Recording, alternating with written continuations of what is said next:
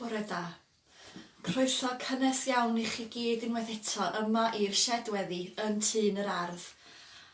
Mae o'n braf iawn bod yn eich cwmni unwaith eto. Dwi'n gobeithio bod y wythnos dwytha yma wedi bod yn garedig i chi, a ydych chi'n saff ac yn ddiogel ac yn barod i weddio ac addoli gyda'n gilydd. Cyn i ni gychwyn, mae yna chydig o hysbysebion reit bwysig a angen rhannu efo chi. Yn gyntaf, fel arfer ar fore dy Mercher, mae gennym ni'r fore coffi ar Zoom. Os ydych chi eisiau ymuno efo ni am panad a sgwrs o'ch gadar freichiau adra, mae'r ID Zoom ar y tudalen Facebook. Os ydych chi'n gallu ffeindio fo, jyst gyrwch neges. Da ni'n cael hwyl gyda'n gilydd. Hefyd, ar nos Fercher, mae gennym ni quiz. Quiz rhithiol. A wedyn bydd hwnna yn cael ei wneud ar Zoom hefyd, a fydd yna cwestiynau gwahanol o gwybodaeth cyffredinol, a fydd yna rhan cerddoriaeth hefyd, a fydd o'n hwyl. A dwi newydd gofio wrth dweud hynny, does na ddim fore coffi dy Mercher yma, oherwydd mae Richard mewn cyfarfod a dwi'n cymryd angladd, felly does na neb i rhedag a cynnal fore coffi. Does na ddim wythnos yma. Falch nes i gofio hynny wan. Dwi'n siŵr bod llawer ohonoch chi wedi clywed y newyddion gan y Llywodraeth Dydd Gwener bod eglwysi yn cael caniatâd i ail agor o fory. Mae cael caniatâd yn wahanol iawn i paratoi i ail agor, a mae yna lot o waith paratoi o flaen llaw angenrheidiol mwyn i ni agor mewn ffordd diogel a cadw pawb yn saff. Felly, Mae'r esgobion yn cwrdd ar hyn o bryd i drafod canllawiau'r Llywodraeth. Maen nhw wedyn mynd i rhannu y gwybodaeth hynny efo'r archdiaconiaid a trafod y ffordd ymlaen efo nhw, a fydd yr archdiaconiaid wedyn yn trafod gyda'r viceriaid ym mhob eglwys mwyn gwneud yn siŵr bod pob dim yn ei le cyn agor i'r cyhoedd. Mae hyn mwyn diogelu offeiriaid, gwirfoddolwyr a chitha cyn i chi ddod yn ôl i fewn i weddio. Felly, ymynedd eto, os gwelwch yn dda, peidiwch ar hitho eto, peidiwch ar cywio rownd y bloc i ddod i fewn i'r eglwys, ond cadwch mewn cysylltiad a fyna newyddion cyn gyntad a phosib mwyn gadael chi wybod beth sy'n digwydd nesaf. Ond cofiwch mae pawb yn gweithio'n galed iawn tu ôl i'r llenni i wneud yn siŵr bod chi'n ddiogel ac yn saff. A diolch i bawb sydd yn gwneud y penderfyniadau dwys iawn yma cyn i ni cael mynd yn ôl i'n eglwysi. Felly gadewch i ni jyst cymryd eiliad i ddistewi a llonyddu a paratoi i wrando ar yr air yr arglwydd, i wrando ar yr ysbryd yn sibrwd, i gweddio gyda'n gilydd drost ein hunain, ein cymunedau a'r byd. Ydych chi'n gallu troi radio i ffwrdd, dod o hyd i le bach ddistaw, goleuo canwyll, a jyst distewi am eiliad.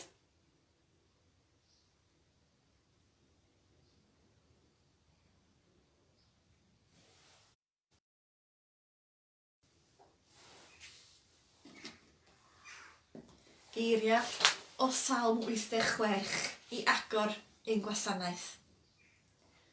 Trod y glust ataf arglwydd ac atab fi, oherwydd tlawd ac anghennus ydwyf.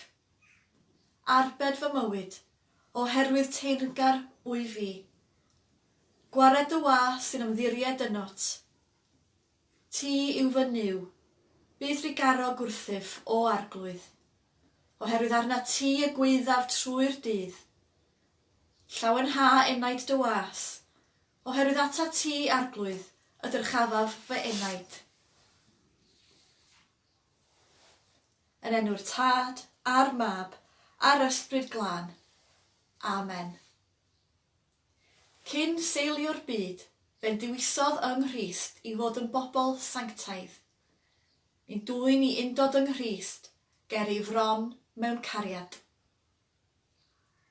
Gras gogoneddus Duw, yn rhad rodd i ni yn yr anwylid. Gadewch ni rwan troi at yr arglwydd mewn edifeirwch Trwy gydnabod ein pechodau a'n hangen am fyddiant, rydym yn gofyn i Dduw gymryd y cam cyntaf yn y cyfarfod hwn. Edrychwn yn ôl rwan dros yr wythnos a fu. Edrychwn ar ein colonnau, ar ein geiriau ac ar ein gweithredoedd.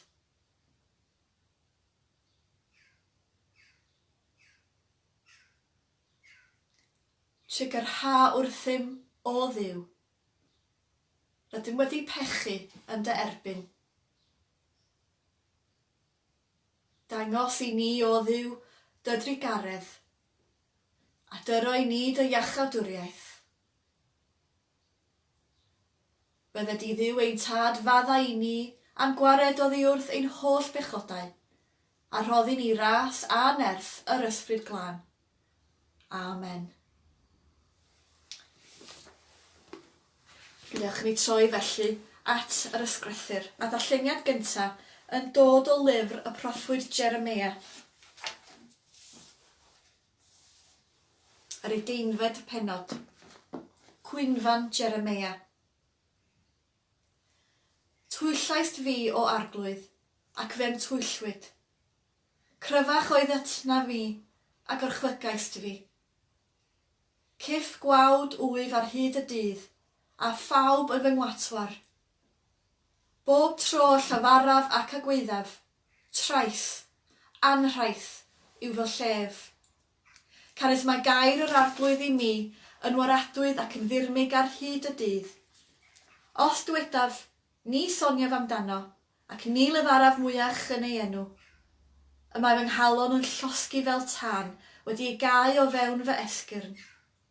Blinaf yn ymatal, yn wir ni allaf. Clywai sibrwd gan lawer, dychryn ar bob llaw. Cyhyddwch ef, fe cyhyddwn ni ef. Y mae pawb a fi'n heddychlon am mi yn gwylio am gam gwag gennyf, ac yn dweud, efallai yr hydir ef, ac fe gorchfygwn a dial arno. Ond mae'r arglwydd gyda mi, fel rhyfelwr cadarn. Am hynny fedram gwydda'r rhai sy'n fy erlyd, ac ni orchfygant. Gwaradwyddir hwyn fawr, canys ni lwyddant, ac nid anghofir fyth ei gwarth. O arglwydd y lluoedd, yr wyt yn profi'r cyfiawn, ac yn gweld y galon a'r meddwl. Ro'n i weld dy ddidaledd arnynt, canys dadlennais i ti fy nghwyn. Canwch i'r arglwydd, molianwch yr arglwydd, a chybodd einioes y tlawd o afal y rhai drygionus. Grandewch ar yr hyn y mae'r ysbryd yn ei ddweud wrth yr eglwys. Diolch a fo i Dduw. Ffrwyth yr ysbryd yw cariad, llawenydd, tangnefedd, amynedd, caredigrwydd, heilioni, fyddlonder, addwynder, a hunan rheolaeth. Grandewch yn nawr ar yr efengil yn ôl Sant Matthew, gogoniant i ti o arglwydd. Y 10fed pennod. Nid yw disgybl yn well na'i athro, na gwas yn well na'i feistr. Digon i'r disgybl i bod fel ei athro, a'r gwas fel ei feistr. Os gael wasant feistr y tŷ yn Beelzebul, pa faint mwy ei deulu? Peidiwch a'i hofni hwy, oherwydd nid oes dim wedi'i guddio na ddatguddir, na dim yn guddiedig na cheir i wybod. Yr hyn a ddwedaf wrthych yn y tywyllwch, dywedwch ef yng ngolau dydd. Ar hyn a sybrydir eich clust, cyhoeddwch ef ar bennau'r tai. A pheidiwch ag ofni'r rhai sy'n lladd y corff, ond na allant ladd yr enaid. Ofnwch yn hytrach yr hwn sy'n gallu dinistio'r enaid a'r corff yn uffern. O'n i werthu'r 2 aderyn y to am geiniog. Eto nid oes un ohonynt yn syrthio i'r ddaear heb eich tad. Amdano chwi, mae hyd yn oed pob lewin o wallt eich pen wedi erifo. Peidiwch ag ofni felly, rydych chwi'n werth mwy na llawer o adar y to. Gogoniant i ti o arglwydd. Gwrandewch ar yr hyn a mae'r ysbryd ni ddweud wrth yr eglwys. Diolch a fo i Dduw. Gadewch ni felly gwrando ar yr ysgrythyr a be mae gen fo i ddeud i ni heddiw. Yn gyntaf, Jeremia 3. Y proffwyd oedd neb yn fodlon i glwad. Dwi'n siŵr sa fo'n groeso iawn iddo sa fo'n troi i fyny yn parti rhywun. Gwrandwch a mae o'n ddeud y fama wan. Bob tro y llyfaraf ac y gwyddaf, trais, anrhaith yw fy llef. Ac am beth mae o'n sôn, be yw'r trais yma a'r anrhaith? Wel, ei sefyllfa fo oedd o'n gweld yn digwydd o'i gwmpas o, y dyfodol agos a'r dinistyr oedd wrth law i Jerusalem. Dwi'n siŵr, a mae o'n deud ei hun, bod o ddim isio dweud y pethau yma, ond oedd gen fo ddim dewis. Os dywedaf ni soniaf amdano ac ni lefaraf mwyach yn ei enw, y mae fy nghalon yn llosgi fel tân wedi ei gau o fewn fy esgyrn. Blinaf yn ymatal, yn wir ni allaf. Roedd y gwirionedd yn byrlymu i ddod allan o geiriau Jeremia. Mae hyn atgoffa fi braidd o be ddwedodd Iowan yn ei efengil ef. Cewch wybod y gwirionedd, a bydd y gwirionedd yn eich rhyddhau. So beth yw'r gwirionedd yn ei sefyllfa bresennol ni? O beth rydym ni angen ein rhyddhau? A beth yn mynd i ryddhau ni? Fyswn ni'n medru enwi llwythi o bethau dwi'n siŵr, ond i fi mae yna 2 beth holl bwysig sy'n ei rhwystro ni rhag byw bywyd llawn. Y cyntaf, i rhywbeth rydym ni gyd wedi dod yn fwy gyfarwydd â hi dros y misoedd dwytha yma, sef ofn. Mae ofn yn y cyfnod clo wedi bod yn agos iawn atom ni. Ofn am ein anwylyd, ofn am ein hunain, am y dyfodol, am y newidiadau mawr sydd wedi bod yn ein cymdeithas. Ond mae ofn yn medru bod hyd yn oed yn fwy o pla na'r Covid-19, yn ein parlysu ac yn ein digaloni, yn achosi anobaith, iselder ac orbryder. Ond mae o'n hollol naturiol hefyd wrth i ni byw trwy argyfwng digynsail. Peth gwahanol iawn yw fod yn ofalus a pwyllog i byw mewn ofn heb rheolaeth. Mae yna rheswm pan rydym yn clywed y geiriau paid â bod ofn, gymaint o weithiau yn y Beibl, gan angylion ac gan yr Iesu ei hun, gan gynnwys yn ein efengil heddiw. Peidiwch a'i hofni hwy, meddai yr Iesu. Sôn amdan erledigaethau i ddod mae'r Iesu, treialon a ffyddlon oherwydd ei ffydd yn y mab y dyn. Rydym wedi dioddef treialon yn ystod y misoedd diwetha, a rhai ohonom yn fwy na'n gilydd.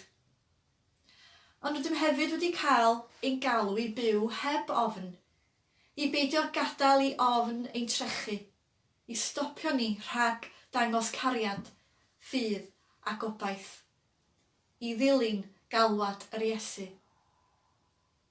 Efallai, rydym hyd yn oed wedi dysgu rhywbeth yn y cyfnod yma, rhywbeth am ein hunain, am ein cymunedau, am ein cymdogion, am natur ffydd ac am gras a chariad Duw. Sydd yn arwain fi at yr ail beth sydd yn cadw ni yn rhwymedig ac yn gaeth. A dwi'n defnyddio'r air yna, caeth, yn ofalus ac yn bwrpasol iawn. Mae'r wythnosau diweddar yma wedi dangos rhywbeth sydd angen gael i ddatgelu, i'r goleuni gael i troi arni, sef ein hanes ni a'n perthynas a'r hanes hwnnw. Grandwn unwaith eto ar cri y proffwyd Jeremia. Bob tro llefaraf ac y gwyddaf, trais, anrhaith yw fy llef. Yn does yna adlais gry o'r cri yn dod allan o'r mudiad Black Lives Matter. Mae bywydau dion y bwys. Mae ein brodyr a chwiorydd hefyd wedi blino ar y matal, ac yn wir ni allant mwyach. Mae ei bloedd, trais, anrhaith, i'w glywed ar ôl 400 mlynedd o dioddef hiliaeth. Mae proffwydi yr oes yma yn teimlo eu colonnau nhw hefyd yn llosgi fel tân o dan anghyfiawnder a chasineb a heddlua brwnt. Digon hawdd yw hi, mae'n debyg, i ni yma ym Mhrydain, yng Nghymru fach, cysuro'n hunain am i ni fod gymaint gwell na'r Unol Daleithiau. Dioddef o dan yr ymerodraeth Prydeinig wnaethon ni hefyd yn de. Ond nid hynny yw'r stori cyfan. A mae hanes yn dysgu ni y gwirionedd am ei rhannu hefyd yn y masnach uffernol mewn cyrff duon. Os ydym yn fodlon mynd ati i chwilio am yr hanes hwnnw ac i wrando ar haneswyr a phrofiadau pobl o dras ethnig. A mae hynny yn waith calad ac o bosib poenus wrth i'r gwirionedd gael ei ddatgelu. Os yw Jeremia yn methu peidio a gweiddi am y gwir sefyllfa, mae'r Efengylydd Matthew yn cynnig i ni eiriau'r Iesu i annog ni'n bellach. Oherwydd nid oes dim wedi ei guddio na ddatguddir, na dim yn guddiedig na cheir ei wybod. Mae yna pwerau yn y byd, grymoedd a'r blwyddiaethau sydd â diddordeb yn celu'r gwir i cadw pethau yn y tywyllwch yn cuddiedig. Pam? Oherwydd mae o fantais iddyn nhw os ydyn ni yn anwybodus, fel na mae'r system yn llwyddo i cadw ni'n ddistaw. Ond ni stopiodd yr ysbryd i codi proffwydi ar ôl amser Jeremia. Mae o ar waith heddiw yn datgelu, gweiddi a bloeddio ac yn dwyn i'r amlwg holl weithredoedd y diafol. Edrychwch ar y lleisiau sydd wedi bod yn siarad dros y flynyddoedd diwetha, yn mynnu dweud y gwir, am newid hinsawdd, am anghyfiawnder yn y polisi o llyfnder, a rwan yn y mudiad Black Lives Matter. Bobl ifanc fel Greta Thunberg, hen ddynion fel David Attenborough, llu o protestwyr o bob oed a lliw ar y strydoedd. I gyd yn siarad oherwydd dydyn nhw ddim yn medru peidio siarad. Mae bob dim yn dod allan yn y diwedd, a mae'r Iesu yn dweud paid y bod ofn, a mae'r gwir yn ein rhyddhau. Ein rhyddhau o'r ffantasi ein bod yn diniwad, yn aneffeithlon, neu rhy fach i wneud gwahaniaeth. Mae adrodd jyst un stori fach i ddangos hyn. Wythnos diwetha, cafodd fy ffrind sy'n byw ym Mhenygroes profiad erchyll. Nath rywun peintio arwydd ffiaidd a hiliol ar ei drws garage, sef y swastika felltigedig. Oherwydd mae Margaret a'i theulu yn deulu du yn dod o Nigeria yn wreiddiol. Mae ymateb Margaret i'r weithred brwnt yma wedi bod yn esiampl o ras a ffydd a chariad. Gadawodd hi yr arwydd hyll i fyny am rhai ddyddiau mwyn i bobl ei weld a deall y gwir, bod hiliaeth a chasineb yn bresennol hyd yn oed yn ein cymunedau ni. Gwrthododd Margaret cuddio oddi wrth y gwir boenus yma. Rhoddodd Margaret hefyd gwahoddiad i'r troseddwr dod i'w heglwys, gan ddangos maddeuant a'r cyfle i edurfarhau i'r dihiryn. Yna, pan welodd y pentref a'r gymuned ehangach be ddigwyddodd, daeth don fawr o gefnogaeth, cydsafiad a chariad tuag at Margaret a'i theulu a'i busnes bach. Mae archebion am cynnyrch magu wedi mynd trwy'r to. Yn ogystal i hynna, gwnaeth wirfoddolwyr eistedd tu allan i'w thŷ drwy'r nos am 2-3 noson mwyn gwneud yn siŵr ei bod yn saff ac i hatal ddim byd tebyg i ddigwydd. Roedd pŵer o weithred wreiddiol, un llawn casineb, wedi cael ei droi yn gyfle i ddangos cariad a chyfeillgarwch, oherwydd doedd dim wedi cael ei guddio, a roedd y gwir wedi ein rhyddhau o'n hunan twyll. Mae ymwybyddiaeth am y gwir sefyllfa wedi ein galluogi i weithredu a newid pethau am y gorau. Nid oes ganddyn ni unrhyw beth i ofni o cael gwybod y gwirionedd, os yma sefyllfa amgylcheddol, economaidd neu gwleidyddol. A mae yna dal proffwydi heddiw yn llosgi ar dan gyda'r gwir, yn methu peidio â gweiddi allan, trais ac anrhaith. Y cwestiwn i ni ydy, a wnawn ni rando, dysgu ac weithredu, heb cael ein llygaid a parhau yn y tywyllwch ar anymwybodaeth. Amen.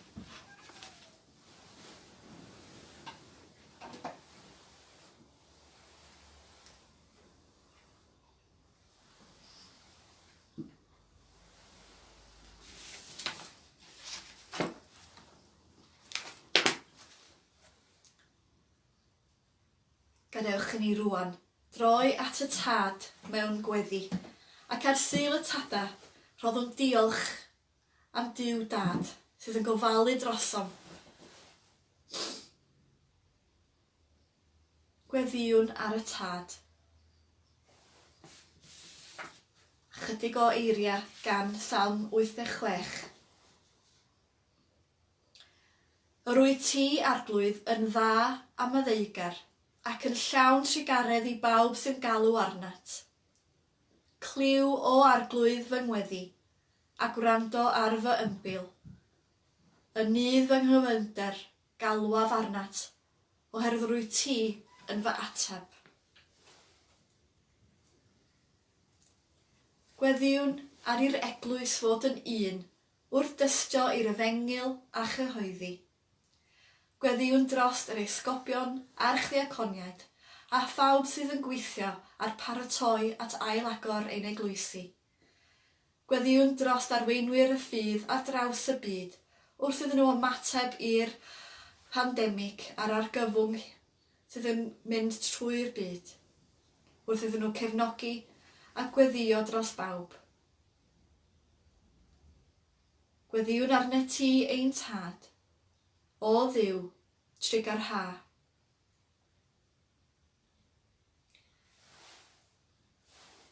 Gweddiwn dros heddwch y byd, a sefydlogrwydd i'r holl bobloedd.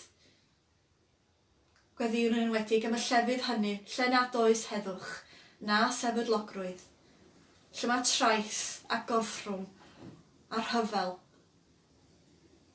Gweddiwn yn pawb sydd yn diodda o dan systema anheg. Gweddiwn am ei newid dŵad. Gweddiwn arnat ti ein tad, o Dduw, trigar ha. Gweddiwn dros y claf a'r sawl sy'n dioddef, a phawb sy'n gweini ar ei hanghenion. Phawb sydd mewn ysbyty, neu cartra, neu ar ben ei hunain. Mae gwasanaeth iechyd, a phawb sydd yn gweithio o fewn y gwasanaeth gofal. Gweddiwn arnat ti ein tad, o Dduw, trigar ha. Ac ar ddiwedd wythnos ffoaduriaid, gweddiwn dros bawb sydd yn ffoi oherwydd rhyfel a trais a goddrwm a newid hinsawdd. Gweddiwn dros bawb sydd mewn gwersylloedd ffoaduriaid, mewn amgylchiadau anerbyniol. Gweddiwn am croeso, am cariad a chyfeillgarwch a cydweithrediad rhwng y gwledydd i roi lloches i'r ffoaduriaid.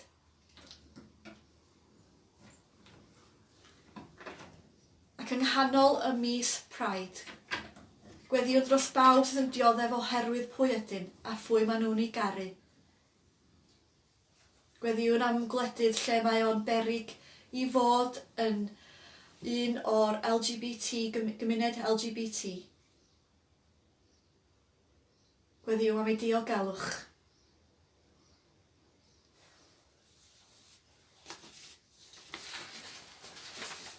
O Dduw, gwrando ein gweddi. Gweddiwn arna ti ein tad. O Dduw, trigar ha. Wrth i'r ysgolion paratoi i ail agor, gweddiwn dros athrawon a penaethiaid a phawb sydd yn gwirfoddoli i gwneud yn siŵr bod popeth yn ei le ac yn ddiogel mwyn dychwelyd. Gweddiwn dros teuluoedd, plant a disgyblion sydd yn paratoi i ddod yn ôl mewn amgylchiadau gwahanol iawn. Gweddiwn amdan y siopa a busnesau bach sydd hefyd yn paratoi i ail agor. Gweddiwn am ei diogelwch.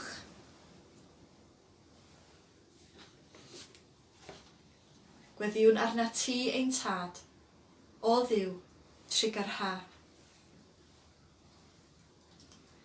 Gweddiwn am fendith ar ein cartrefi, dros ein perthnasau a'n cyfeillion a phawb a garwn, yn agos ato ni neu yn bell i ffwr. Gweddiwn arna ti ein tad. O Dduw, trigar ha. Ac yn olaf, cyflwynwn ein hunain, a phawb y gweddio drostynt yn ddigaredd a nodded Duw, a cymerwn eiliad i feddwl amdan y pobl da ni'n ei garu ac yn poeni amdanynt.